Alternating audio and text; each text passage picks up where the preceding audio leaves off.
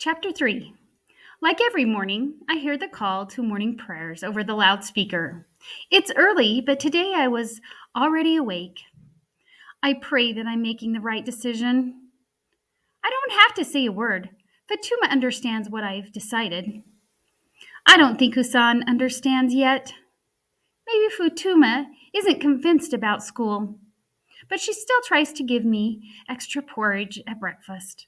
I'm hungry, but I know the extra helping came from her own plate, so I lie. I'm too nervous. I can't eat. I guess I should go now. I'll only be gone for a few hours. Fatuma will take care of you. You'll be safe. I looked him in the eyes, and I tried to use my mental powers and send a message right into his eyes.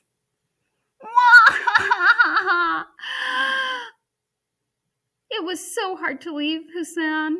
I tried to shove my fears deep inside me. But even with my brother crying as I walked away, even with fears gnawing at my insides, a tiny part of me felt happy. What was wrong with me? Hey, Omar, are you coming to school with us? You didn't tell me. I didn't think you're allowed to just start school. You have to get permission. I did get permission, Ollie. And look, I have a workbook and a pencil. Wow! Where'd you get those? That's not fair. You just started school? How come you got a pencil? Don't listen to Tall Ali. He's just mad because he knows you're going to get better grades than him. Am not, Limpy. I wasn't about to say anything in front of Tall Ali, but I seriously doubted I'd be getting better grades than him, or anyone else for that matter. I've never been to school before. How was I going to keep up with all the other kids? Hey, Omar. Hi, Nemo. I've known Nemo basically my whole life, too. She lives a few tents away from me with her mom and her two older brothers. She was walking with Miriam, of course. They're always together. Even though Miriam's a little older, I think she's around 15. I think I'm 11. But it's hard to know for sure because I don't know when my birthday is. Miriam is quiet, like me, and Nemo is, well... Hey! It's that mouse and the shrimp! Not quiet. Miriam's not a mouse. She just knows better than to waste her breath talking to idiots. And I'd rather be a shrimp than an idiot. You're the worst of both worlds, Tall Ali. You're like a towering tree of an idiot. Ha ha ha ha! Towering tree of an idiot? Shut up. Hey, speaking of trees, that's where the school used to be, right? We have buildings and desks now, you know. I know. I'm just saying. Back when I first arrived in Dabab, the camp was so new that school hadn't been built yet. Kids just sat under trees while teachers taught the lesson. Now there are buildings. I wish Husan were with me.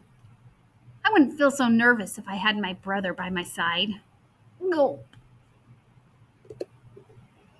Come with me. I'll show you where to go. Go sit on the floor and let Dante sit here today. What?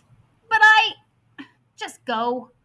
Or I'll tell the teacher, Ahmad, what you said about his ears yesterday. Usually we take turns sitting at the desk, but I'm tired of that jerk. There are a lot of kids here. Not much else to do around here, is there? Some of the students here are older, maybe 15 or 16 years old. Kids here go to school when they can, so sometimes they get a late start. All the girls are sitting on one side of the room and the boys on the other. There aren't as many girls as there are boys. It seems like half the girls in the class are hanging around Nemo's desk singing a song. Not surprising. She sings all the time. Ring! Ah! Relax. That's just the bell. It's time for English class. Good morning, class. Good morning, sir. Today we are reviewing introductions. Phew, maybe I'll be okay in school. I understand this. After 45 minutes, the bell rang and a new teacher came in. Next is history class. This one is really boring. Today we're going to study the Kenya political system, 1997. Wait, why is she speaking in English? I thought this was history class. All of our classes are in English. I thought you knew that. Oh, crud. I could barely understand the teacher was saying. I wrote down the words I knew in my notebook. We didn't have any books to read from, so we had to listen really carefully to the teacher, which wasn't easy with so many kids crowded in one room. Why don't they just keep quiet? Most of the other kids didn't have pencils and paper. I was one of the few kids who was able to take notes in class. I wrote really tiny to try to save my paper. After history, we had science class and then math class. At least there would be one subject that I could understand. Whew, just numbers. I can do this. After math, we had a lunch break, and some of the kids went home to eat, but a lot of them stayed to talk or play with their friends. Why didn't you tell me all the classes were in English? Why don't the teachers speak Somali? Well, not all the kids in the camp are Somalis, are they? That guy is Ethiopian. Those kids over there are Sudanese. Everyone speaks different languages, so English is something everyone can understand. Yeah, everyone understands it except for me.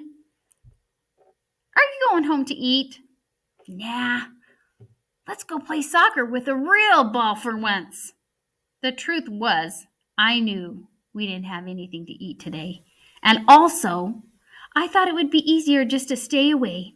It would be really hard to leave Hassan twice in one day.